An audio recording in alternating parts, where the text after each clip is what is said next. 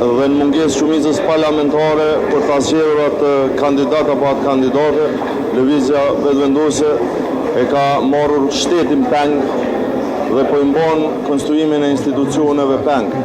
Ky është një degradim për cilin asnjë se kemi paramenduar që mund ndodhë ndonjëherë. Ky është edhe vunim i verdiktit qytetarëve të Republikës Kosovës, sepse pas nesër bëhen 3 muaj që i kemi mbajtur zgjedhjet